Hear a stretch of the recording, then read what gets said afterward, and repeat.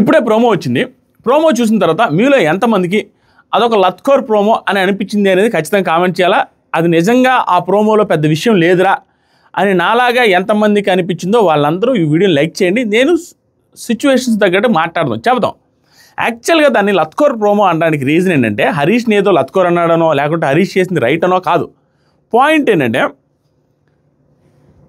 Big boss చేసిన mistake ఏంటంటే ఈ వారం మీరు చాలామంది యాక్సెప్ట్ చేసి తీరాల్సిందే చేస్తారు కూడా. ఎక్స్పెక్టేషన్స్ పెంచి వదిలేస్తే ఆటోమేటిక్గా ఎక్స్పెక్టేషన్స్ పెంచుకుంటారు. ఆ ఎక్స్పెక్టేషన్తో చూసినప్పుడు ఏముందిరా అనిపిస్తుంది. ఎందుకంటే లాస్ట్ వారం నాకు సార్ మోస్ట్లీ నార్మల్గా ఎప్పుడైనా చాలా సైలెంట్గానే మాట్లాడతారు, పెద్దగా ఫైర్ అవ్వరు ప్లస్ వీడియోలు ప్రూఫ్లు చూపించడం ఇట్లాంటివి ఏమి ఉండవు. అంతకుముందు సీజన్స్లో వెరీ రేర్. అలాంటిది లాస్ట్ వీక్ వీడియోస్ మాట్లాడితే వీడియో, నోరు తెరిస్తే వీడియో, సిచ్యువేషన్ తగ్గట్టు వీడియో, వాళ్ళు యాక్సెప్ట్ చేసిన వీడియోల మీద వీడియోలు వేసి ప్రతి చిన్న టాపిక్ని మాట్లాడి క్లియర్గా ఫైర్ అవుతూ లైట్గా సీరియస్నెస్ మెయింటైన్ చేశారు. అది చూసి one of the best episodes రా స్వామి ఇది ఈ బిగ్ బాస్ తెలుగు హిస్టరీలో అన్న ఫీలింగ్ జనాలకు వచ్చినప్పుడు తర్వాత ఇమ్మీడియట్ వీక్ ఎలా ఉండాలి, ఇమ్మీడియట్ వీక్ ఎలా జరగాలి, ఇమ్మీడియట్ వీక్ నామినేషన్స్ ఎలా జరగాలి, ఇమ్మీడియట్ వీక్లో జరిగే టాస్క్ ఎంత సీరియస్నెస్ ఉండాలి, అది మిస్ అయింది. నాకు సార్ ఫైర్ అయ్యి వెళ్ళిపోయిన వెంటనే నామినేషన్స్ ఎంత ఫైర్ ఉండాల్సింది అది పోయింది. నాకు సార్ వచ్చి వెళ్ళిపోయిన తర్వాత అంత ఫైర్ వచ్చి ఎపిసోడ్ అంత లేపి వెళ్ళిపోయిన తర్వాత చూడండి మన రివ్యూవర్స్ అందరు వ్యూస్ ఆ రోజు శనివారం పూట భయంకరంగా లేచాయి, ఆదివారం పూట ఫుల్, తర్వాత ఈ వీక్ అంతా పడిపోయినాయి. రీజన్ ఏంటంటే ఈ వీక్ సార్ సీరియస్ అయ్యి వెళ్ళిన తర్వాత పెద్ద టాస్కులు పెట్టి పెద్ద ఇష్యూలు క్రియేట్ అయ్యే లాంటి టాస్కులు పెడితే నాకు సార్కి నెక్స్ట్ వీక్ వచ్చి మాట్లాడడానికి ఏమైనా ఉంటాయి. ఆయన ఎంత ఫైర్ అవ్వాలనుకుంటున్నా ఆ సార్ దగ్గర ఎంత అగ్రెసివ్ నేచర్ తెచ్చుకొని మాట్లాడదామని అనుకున్నా కూడా అక్కడ టాపిక్ లేకుండా విషయం లేకుండా ఏం మాట్లాడతారు. ప్రాబ్లం ఎక్కడంటే ఒకే ఒక్క ప్రాబ్లం, ఈ వీక్లో పెద్ద టాస్కులు పెట్టలేకపోవడం. ఒక లాంగ్ టాస్క్ ఏదైనా 2-3 days గడిచే టాస్క్ పెడితే ఆ టాస్క్లో ఒకరి మీద ఒకరికి ఇష్యూలు వచ్చి అలిగేషన్స్ పెరిగిపోయి ఆటోమేటిక్గా గొడవలు పెద్ద అయినప్పుడు నాకు సార్ తీర్పు చెప్పడానికి ఉంటుంది, మనం దాని గురించి మాట్లాడుకోవడానికి ఉంటుంది. దానివల్ల ఎత్తిపోయింది వారం అంతా. అండ్ నాకు సార్ కూడా ఏం చేస్తారు, దాంతోపాటుగా నాకు సార్ వచ్చినప్పుడు కూడా ఈ ప్రోమోలో కూడా అంత ఫైర్ లేదు, దాంతోపాటుగా ప్రోమోలో పెద్ద విషయం లేదు, కోడిగుడ్డు మీద ఈకలు బిగినట్టుగా అనిపించింది. అదేంటి అనేది క్లియర్గా మాట్లాడుకుందాం. ఈ వారం ఏం జరగబోతుంది ఈ సాటర్డే అనేది కూడా మాట్లాడుకుందాం. నెక్స్ట్ నిన్న నైట్ ఒక రివ్యూ చేశాను, రివ్యూ వీడియో చాలా బాగుంది, 130,000 మంది చూస్తున్నారు. ఎవరైనా చూడకపోతే మన వీడియోలో ఉంది, చూడండి, సూపర్ ఉంది వీడియో.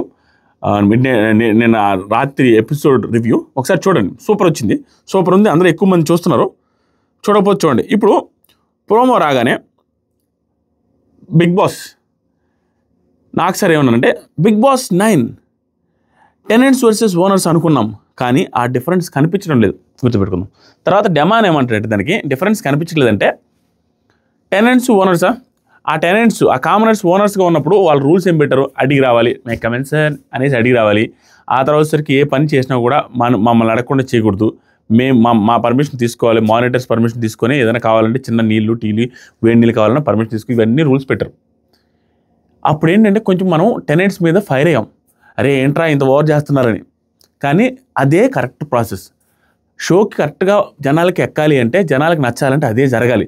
ఏమవుతుంది, 2 హౌస్లు కన్స్ట్రక్ట్ చేసి అక్కడ హౌస్ ఇక్కడ హౌస్ పెట్టినప్పుడు డిఫరెన్స్ తెలియకపోతే ఏ హౌస్లో ఉంటే ఏంటి, ఏ హౌస్లో తింటే ఏంటి, దానివల్ల ఏమొచ్చింది, జస్ట్ నేమ్స్ సేక్ థీమ్ పెట్టి ఆ థీమ్ ప్రకారం జరగకపోతే జనాలకి చిరాకు వస్తుందిగా. నేను నైట్ ఏం జరిగింది, ఇమానుయేల్ తింటారా పులిహోర అనేసి అందరికీ పెడుతున్నాడు టెనెంట్స్కి. దాంతోపాటు టెనెంట్స్ అడిగి వస్తుంటే అవి ఏం వద్దు, అవన్నీ వద్దు, డైరెక్ట్గా వచ్చేసేయండి, మీరేంద్ర అడిగేది, మనం ఒకటని. వీళ్ళేంటి జనాల దగ్గర మంచి పేరు తెచ్చుకోవడానికి సెలబ్రిటీస్, వీళ్ళు చేసిన తెరవంగి పని, వీళ్ళు చేసిన ఉతారో పని ఏంది, వీళ్ళు మనల్ని రూల్స్ ఎక్కువ పెట్టారు కాబట్టి జనాలలో వీళ్ళు ఎరుపప్పులు అయి ఉంటారు కాబట్టి మనం అలా పెట్టకుండా మనం స్ట్రాటజికల్గా రివర్స్ స్ట్రాటజీ ప్లే చేద్దామని ప్లే చేస్తున్నారు వాళ్ళు, మంచిగా ఉందామని. ఆ మంచిగా ఉండే ప్రాసెస్లో వాళ్ళకి ఓకే, కానీ సీజన్ పోయిందిగా, సీజన్ ఇంట్రెస్ట్ పోయిందిగా. రూల్స్ పెడితే కదా, స్ట్రిక్ట్ అవుతారు కదా, వాళ్ళ మధ్య వీళ్ళ మధ్య ఎవరు ఏంటని తెలిసేది. సైలెంట్గా అందరూ మంచి వాళ్ళకు ఉంటే ఏం తెలుసుద్ది.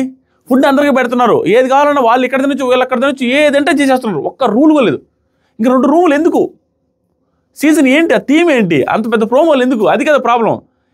అందుకని నాకు సార్ అడిగారు, అది కూడా జనాల్లో ఉండి జనాలు అందరూ అంటున్నారు, క్లియర్గా అందరిలోకి వచ్చింది, ఇదేంట్రా ఎట్లా ఉంది రూల్స్ లేకుండా. కానీ నాకు సార్ అడిగిన దాంట్లో ప్రోమోలో ఇలా ఉంది కానీ ఎపిసోడ్లో ఎలా ఉంటుందో తెలీదు.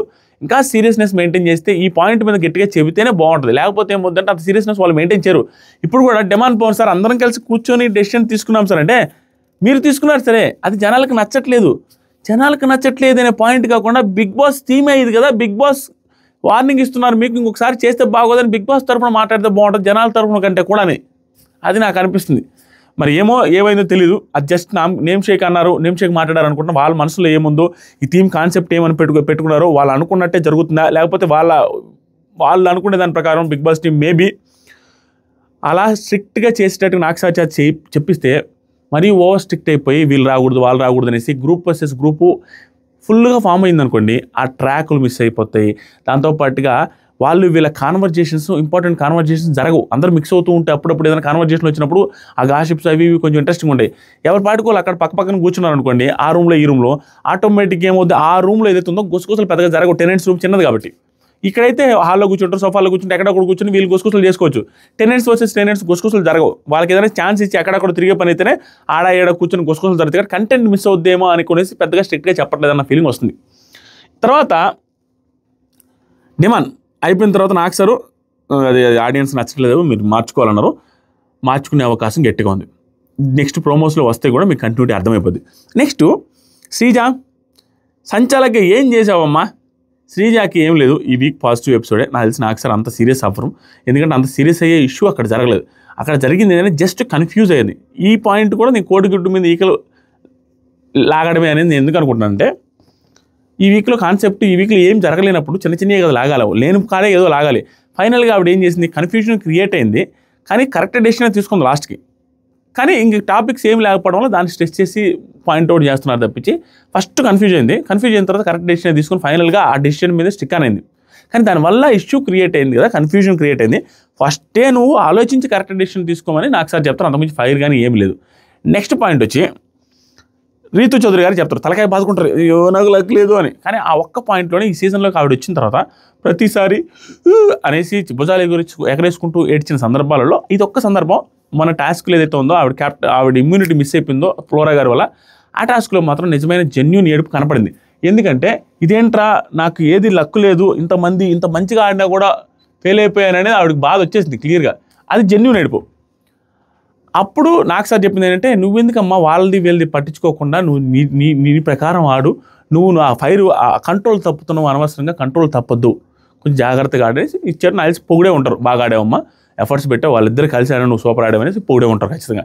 నెక్స్ట్ మెయిన్ పాయింట్, తమ్నేల్లో పెట్టిన పాయింట్ ఇష్యూ ఏంటంటే లత్కోర్ హరీష్. ఇది అందరూ ఎక్స్పెక్ట్ చేసి ఉంటారు, ఆయన అన్న పదాంతోనే పిలుస్తారు. Most of the time Nagarjuna sir ప్రతిసారి మన సీజన్స్లో చేసేది ఏంటంటే, ఎవరైనా అక్కడ ఒక బూత్ మాట్లాడితే వాళ్ళని అదే బూత్తో పిలుస్తారు, లత్కోర్ హరీష్, లత్కోర్ ఇది. ఆ తర్వాత అంతకుముందు సందీప్ మాస్టర్ ఏదో ఒక మాట అంటే అదే పేరుతో పిలవడం. అంతకుముందు అభి ఉంది చూసారు, ఆయన లాస్ట్ సీజన్ 8లో ఆయన ఒక మాట బిగ్ బాస్ అంటే అదే మాటతో పిలవడం, ఇవన్నీ నార్మల్. సో సేమ్ లత్కోర్ హరీష్ అని స్టార్ట్ చేసి ఈ పాయింట్ ఏందో, ఈ టాపిక్ దీనికి ముందు టాపిక్ కోడిగుడ్డు మీద ఏకపేకడం అంత పెద్ద విషయాలు కాదు, కానీ ఇంకంతకుమించి లేవు. లత్కోర్ అనేది పెద్ద విషయం ఇక్కడ ఈ సీజన్, ఈ పర్టికులర్ వీక్ అంతకుమించి ఏమీ లేవు. కానీ దీంట్లో నేను ఫుల్ ఆఫ్ క్లారిటీ ఇస్తాను. నాకు సార్ చెప్పిన సజెషన్ కావచ్చు, మనం అందరం చెప్పుకున్నది కూడా అదే. ఏది నేను అంటేనే నువ్వు ఫీల్ అవుతావు అన్నప్పుడు, మీరు అనాలని నువ్వు కోరుకునేటప్పుడు నువ్వు లత్కోర్ అనే పదం ఎలా వాడతావు అనేది అతనికి చెప్పాలా, అతనికి అర్థమయ్యేటట్టు చేయాలి. నువ్వు రెస్పెక్ట్ కోరుకుంటావు, నీలాంటి వాడు మళ్ళీ నీ నోట్లో నుంచి అట్లాంటి మాటలు రావచ్చు అనేది పాయింట్. అది వరకు పర్ఫెక్ట్ పాయింటే. కానీ అక్కడ కాన్వర్జేషన్స్ మొత్తం మార్చేస్తారు. ఎప్పుడైనా కూడా నాకు sir most of the times ఏం చేస్తారంటే, అక్కడ సిచ్యువేషన్ ఒకటి జరుగుద్ది, లాజిక్స్ కోసం వేరే సిచ్యువేషన్ తీసుకొని వస్తారు. అక్కడ జరిగిన సిచ్యువేషన్ ఏంటి, ఆ రోజు ఆల్మోస్ట్ చాలామంది మెజారిటీ ఆఫ్ ఆడియన్స్ దాన్ని యాక్సెప్ట్ చేశారు. ఇది ఆ పదాన్ని కాదు, అతను ఏ టైంలో యూజ్ చేశాడు ఆ పదం, ఆ సిచ్యువేషన్ని అందరూ అర్థం చేసుకున్నారు. ఓహో అదే అతను వర్స్ట్ సిచ్యువేషనే. డెమాన్ పవన్ వచ్చి రీతు చౌదరికి సపోర్ట్ చేస్తూ రీతు చౌదరి రిలేటెడ్గా డెసిషన్ తీసుకుంటూ ఉంటే, రీతు చౌదరికి నామినేషన్ రీజన్స్లో ఇది అగెనిస్ట్గా మాట్లాడుతూ ఉంటే, నువ్వు ఒకరికొక రూలు, ఒకరి కోసం స్టాండ్ తీసుకుంటావు, ఇంకొకరి కోసం స్టాండ్ తీసుకోవు, నీలాగా లత్కోర్ పంచాయతీలు చేయను. లత్కోర్ అనేది అతన్ని అనలేదు, ఒక మనిషిని అనలేదు. లత్కోర్ పంచాయతీలు, లత్కోర్ ఇది చేశాడు అన్నది ఒక సిచ్యువేషన్లో. లత్కోర్ అంటే యూజ్లెస్, ఇతను చేసేది ఆ కంటెంట్, ఆ ట్రాక్ ఏదైతే ఉందో అది యూజ్లెస్సే కదా. ఆ లత్కోర్ వ్యవహారాలే కదా, లత్కోర్ వ్యవహారాలు కాదు, అది యూజ్లెస్ వ్యవహారాలు అనేది ఉంది. లత్కోర్ అనేది గూగుల్లో, చాట్‌జీపీటీలో అన్నిట్లో చూస్తే నాకు వచ్చింది ఏంటంటే యూజ్లెస్. కానీ దాన్ని హ్యూమిలియేటింగ్గా ఆడేటప్పుడు, సర్కాస్టిక్గా మాట్లాడేటప్పుడు కూడా అది వేరే రకంగా కూడా తీసుకోవచ్చు, వేరే రకంగా కూడా అనేచ్చు. కానీ అక్కడ మాట్లాడిన పదం ఏంటంటే లత్కోర్, యూజ్లెస్ విషయాల మీద నువ్వు కాన్సన్ట్రేట్ చేస్తున్నావు, యూజ్లెస్ విషయాల మీద కాకుండా అందరి మీద స్టాండ్ తీసుకునే సెన్స్లో మాట్లాడుతాడు. అంటే ఒక మనిషిని అనుంటే మనం తప్పుపడతాం, కానీ మనిషిని అనలేదు. అతను స్టాండ్ తీసుకొని అతను అనేది ఏంటంటే, సార్ నేను మనిషిని అనలేదు. కానీ నాకు సార్ ఏమంటారంటే, నిన్ను లత్కోర్ హరీష్ అంటారా అనేది లాజిక్ లేదు. సార్ నేను మనిషిని అనలేదు సార్, లత్కోర్ పంచాయతీ ఆ పర్టికులర్ ప్రాసెస్ని దాన్ని అన్నాను సార్ అంటే, అలాగైతే నీది లత్కోర్ మాటలు అని అనొచ్చా అనేది ఒక లాజిక్ పాయింట్ మళ్ళీ నాకు సార్. అంటే వెంటనే ఏం జరిగిందంటే ప్రియా గారు కూడా వచ్చి, సార్ ఏదైనా కూడా ఆ పదం వాడడం రాంగ్ సార్, క్లియర్. ఆ లేడీస్ కూడా ఉన్నారు, ఆ పదం వాడడం రాంగు. ఆ తర్వాత వాళ్ళకి ఏమనిపిస్తుంది పెద్ద పదం అనుకున్నారు, అది పెద్ద పదం అయితే కాదు, నార్మల్ యూసేజ్ వర్డ్ అది. మీకు ఒక్క మాట చెప్తాను, ఈ మాటతో మీరు కన్విన్స్ అయ్యి తీరుతారనుకుంటున్నా. హరీష్ లాంటి వ్యక్తి, నువ్వు అనిపించుకోలేని వ్యక్తి నోట్లో నుంచి ఇవి రావడం ఖచ్చితంగా తప్పే. కానీ అది ఎలాంటి వర్డ్ యూజ్ చేశారంటే, తనకి కలిసి వచ్చే వర్డే, స్క్రీన్ స్పేస్ వస్తుంది, డిస్కషన్ పాయింట్ వస్తుంది, శనివారంలో మోస్ట్ ఆఫ్ ది టైం అతనికే డిస్కషన్ పాయింట్ వస్తుంది. స్టిల్ బీభత్సమైన తప్పులాగా జనాలు తీసుకోరు.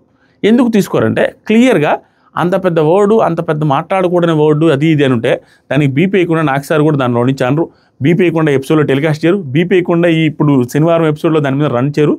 అంత పెద్ద వర్డ్ కాదని అక్కడే మనకు అర్థమైపోతుంది అది. కానీ స్టిల్ అతనికి ఆ సజెషన్స్ ఇవ్వాలి, ఆ మాత్రం మాట్లాడకపోతే నడవదు. ఎందుకంటే రేపన్న రోజు ఇంకొక పెద్ద మాట ఏదైనా మాట్లాడవచ్చు, ఇంకొక కంట్రోల్ దాపి మాట్లాడితే తనకే నెగిటివ్ అవుతుంది. కాబట్టి ఇది గుర్తుపెట్టుకో, నువ్వు అనిపించుకోలేని నువ్వు ఇలాంటి మాటలు మాట్లాడితే అది తప్పే అవుద్ది. అది ఒక చిన్న హ్యూమిలియేషన్ కూడా దారితీస్తుందని చిన్న నువ్వు యూజ్ చేశారు నాకు సరే. సో అంత ఫైర్ అయ్యి అంత బీభత్సమైన వార్నింగ్లు అయితే అక్కడ పోలేదు, అది క్లియర్గా అర్థమైపోతుంది.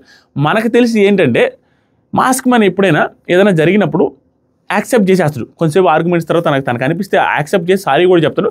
నాకు తెలిసి మోస్ట్లీ సారీ చెప్పుంటాడు, దానికి కన్విన్స్ అయ్యి సారీ చెప్పి ఇంకోసారి రిపీట్ చేయని అనే అవకాశం ఉంది. తను ఏమంటే ఆ రోజు ఏం జరిగింది తెలుసా, మీరు ఆడైనా చెక్ చేసుకోండి, డిక్షనరీలో చెక్ చేసుకోండి, ఆ పదం రాంగ్ కాదు, ఆ పదం రాంగ్ కాదు, ఆ పదం రాంగ్. తను యూజ్ చేసిన సిచ్యువేషన్ ఆ పదం రాంగ్ కాదు, కానీ తను యూజ్ చేయడం రాంగ్. ఎందుకంటే తను అసలు చిన్నదే తీసుకెళ్ళినప్పుడు ఇలాంటివి కూడా వాడకూడదు కదా అనేది పాయింట్. అది పాయింట్, అంతకుమించి ఏం లేదు. ఇది ఎపిసోడ్లో ప్రోమో వచ్చింది, ఆ ప్రోమోలో జరగబోయేది. ఇంకా రామురాతో అంటారు, తర్వాత సరికి సంజన గారు లోపలికి వస్తారు, సంజన గారితో మాట్లాడతారు, ఇంకొంచెం పెద్ద పెద్ద ట్విస్ట్ ఉన్నాయి, అవన్నీ ఎపిసోడ్లో చూడండి. లేదా నెక్స్ట్ ప్రోమోలో వస్తే ఆ ప్రోమో రిలేటెడ్ నేను చెప్తాను. లేదు అవన్నీ తెలియాలంటే ఇన్స్టాగ్రామ్ ఉంది, comment section first comment Instagram ఉంది, దాంట్లో ఫాలో అవ్వండి, స్టోరీస్లో పెట్టుంటారు, ఒకసారి చెక్ చేయండి. ఏదైనా ప్రతి వీడియో చేయలేం కాబట్టి అప్డేట్స్ అన్నీ కూడా ఇన్స్టాగ్రామ్ స్టోరీస్లో పెడతాను, ఆ స్టోరీస్ చెక్ చేస్తూ ఉండండి. నా ఉద్దేశం అది. ఆ తర్వాత అంత ఫైర్ అవ్వడానికి ఇంకేమీ లేదు, నార్మల్గా ఇమాన్యుల్ని పొగుడుతారు, ఇమాన్యుల్ క్యాప్టెన్ అయిపోయాడు కాబట్టి. ఆ తర్వాత సంజన గారు వచ్చిన తర్వాత సంజన గారితో మాట్లాడతారు. ఆ తర్వాత వచ్చేసరికి ఇంకేమున్నాయి, అంతే, పెద్దగా ఏం లేవు ఈ వీక్లో. ఏమున్నాయి మీరు చెప్పండి, మీకు ఏమైనా అనిపించింది, ఏమైనా ఉన్నాయి ఇంట్రెస్టింగ్ పాయింట్ ఉన్నాయి, సూపర్ ఉందని. పెద్ద గొడవలు లేవు, పెద్ద ఇష్యూలు లేవు, ఎవరెవరు ఏమనుకున్నది లేవు, అందరు నార్మల్గా కలిసిపోయి హ్యాపీగా ఉన్నారు. ఇంకేముంటుంది అంతకుమించి. తనుజ గారితో మాట్లాడతారు, తనుజ గారు రిలేటెడ్గా ఆ కాఫీ పౌడర్ గురించి మాట్లాడచ్చు, ఇలాంటివే. ఇంకా పెద్దగా ఏం లేదు. మీకు ఏమనిపిస్తుంది చెప్పండి, ఆ ప్రోమో ఏమనిపిస్తుంది జెన్యూన్గా చెప్పండి. సీజన్లో house mates versus tenants, owners versus tenants అనే సీరియస్నెస్ మెయింటైన్ చేస్తేనే బాగుంటుందా, లేకపోతే ఇలా ఉన్నా ఓకేరా అంటారా, మీరు చెప్పాలా ఏంటనేది. Thank you so much, love you all. కొత్తగా ఎవరు చూస్తున్నారో మన ఛానల్ సబ్స్క్రైబ్ చేయకుండా చూస్తే సబ్స్క్రైబ్ చేయండి. 1 million సబ్స్క్రైబర్స్ ఈ సీజన్ అవ్వాలి. ప్రతి 2-3 అవర్స్కి ఒక వీడియో వస్తుంటుంది, దీంట్లో ప్రోమోలు వచ్చినప్పుడల్లా ఒక వీడియో వస్తుంటుంది. అర్ధరాత్రి గుసుకొని చూస్తున్నాను, ఒక 1 hour కంటెంట్ ఏదో ఉంది, దాంట్లో ఏదైనా కంటెంట్ ఉంటుంది, దాని మీద ఒక వీడియో వస్తుంది, చూస్తూ ఉండండి. నిన్న నైట్ ఎపిసోడ్ కూడా చూడండి. Thank you so much. Video నచ్చితే లైక్ చేయండి అండ్ కామెంట్స్ చేయడం మర్చిపోద్దామో, కామెంట్స్ చేస్తూ ఉండండి.